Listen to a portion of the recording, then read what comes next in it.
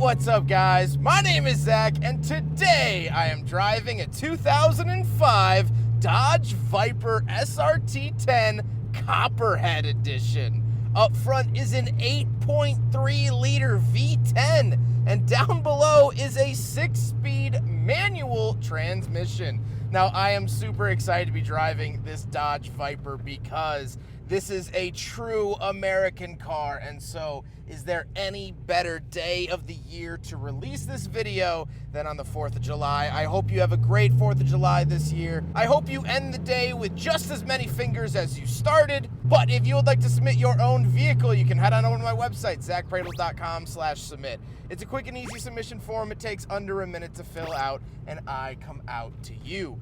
But let's get back to that 8.3 liter V10 making 500 horsepower. Well, the entire car is really built and designed around that engine, and that'll be very clear when we talk about the interior. But it was partially designed by Lamborghini because actually in the 90s, Chrysler, who owned Dodge, also had a controlling share in Lamborghini. And so this V10 was designed with the help of those engineers. Now, we also saw this engine in the Ram SRT-10, which is another bucket list car I would love to review. And like I said, it makes 500 horsepower, but in 2008, they actually upped it to an 8.4 that made 600 horsepower. So, horsepower has always been a cornerstone of the Dodge Viper, and so have the V10s. Like I said, paired to it is a 6-speed manual. It is a Tremec 6-speed manual, and it's actually really nice. It's decently clicky into gear, which I've always liked.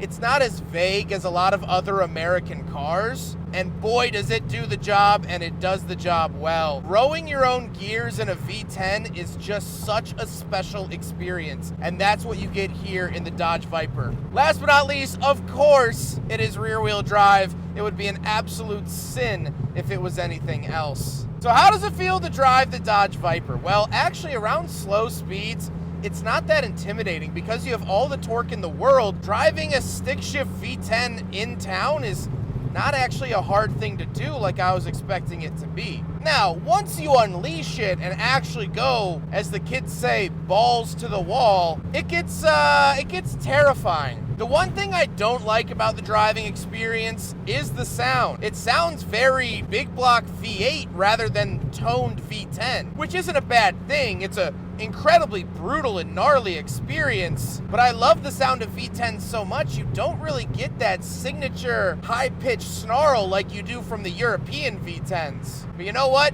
I'm not gonna complain about that today. I'm just happy to be in a V10.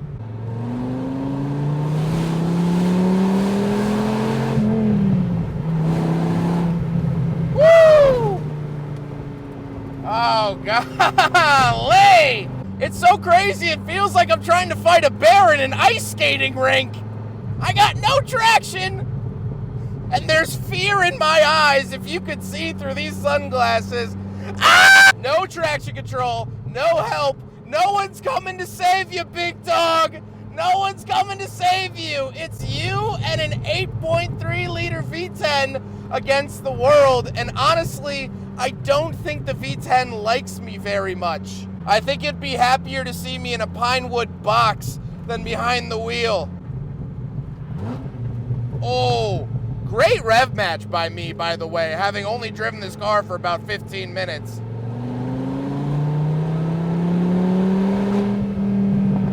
Oh, golly! But even on that, oh, it didn't want to go straight. It wanted to do anything but that. But the Viper forgot that I came to play today, and I'm not taking no for an answer.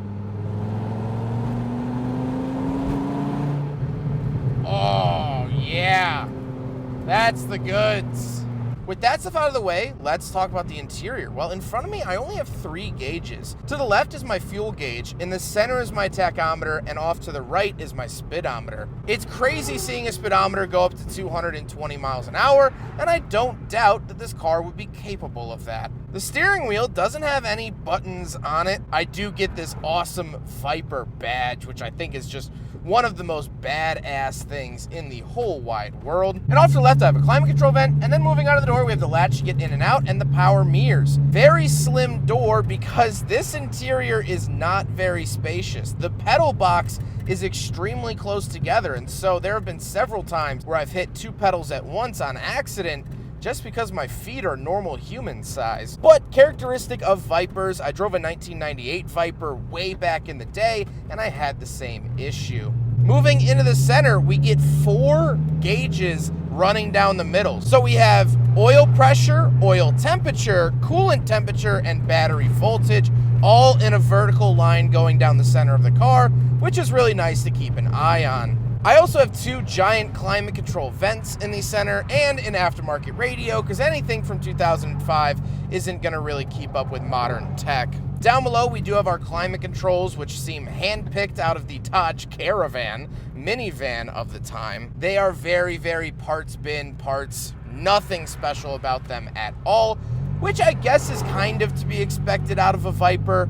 But buying something so special, I would have liked a little bit more flair. We also have the engine start-stop button to the bottom left, so you do turn the physical key, but then to start the car, you hit the start button. Something to note, something I couldn't figure out for about 15 seconds, and it was rather embarrassing. Moving into the center, we do have the shifter off to the left. Like I said, I really like the feeling of the shifter. It's not the prettiest shifter I've ever seen in the whole wide world, but it does the job. Off to the right, I do have a 12-volt outlet and the handbrake, and I do have a cup holder. So we will do a big friggin' bottle test in a 2005 Dodge Viper, and unfortunately it fails. To be expected, but I'm honestly just impressed that this thing has a cup holder literally at all. So, nice to see that. To the left, I do have a Copperhead badge. So, they only made 300 of these Copperhead Vipers, which meant it got the special paint and the orange stitching on the interior. That's really it. It's not anything too crazy beyond that, but they only made 300, and this was 198 out of 300. Then we have the window switches pulled right out of like the PT Cruiser and Caravan and other vehicles from that era. And we have this giant center console. The center console is so big because the 6-speed manual is pushed pretty far back because the engine is pushed pretty far back. Take a look at these underhood shots. It's basically a front mid-engine vehicle, and so that's why the center console is so large. The seats are okay, they are comfortable, and they say Viper on them, which makes you feel like the coolest kid in school. But for a bigger guy, this car is a challenge to get in and out of and to pleasantly enjoy. So I've made it work today, but I couldn't see myself day in and day out getting in and out of one of these.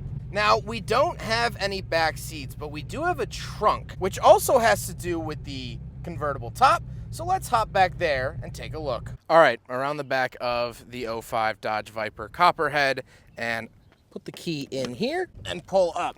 Now, a couple of things to note.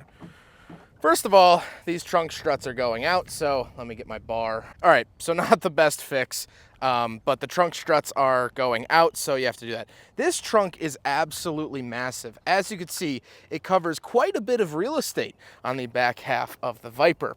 However, trunk space, not great. That's actually a stroller for the owner's cat. Yes, he brings his cat to car shows and pushes him around in a little stroller. It's actually quite adorable.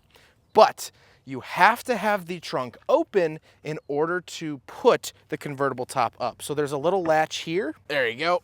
And then it'll pop up and you can push it the rest of the way. So it just clicks in the center, which I'm not going to do because I'm not going to leave the top up for very long. It does have a rip in it. Unfortunately, that's kind of the way of the world when it comes to soft convertible tops. However, I absolutely hate that you have to have the trunk open in order to put the top up. I feel like they could have made an easier way to do that. The Miata doesn't need the trunk open. The LC500 doesn't need the trunk open. The only other one that I can think of is the Pontiac Solstice, which I also hated on it in that video. I was annoyed with that as well. So across the board, I am a trunk open for the convertible top hater, and you can sign me up as that. So kind of interesting. Then you just push it back down. You unhook it in the center, push it down. There you go. Get your handy dandy jack bar out of the way. There you go. Trunk closed, job done. Now we gotta talk about the looks, and obviously Copperhead Viper looks fantastic. It's a gorgeous, gorgeous car. And the second gen Viper, second or third gen, whatever you want to call these, some people debate that. This generation of Viper has always been so cool. Ever since I saw him in Too Fast, Too Furious, it's just absolutely wonderful.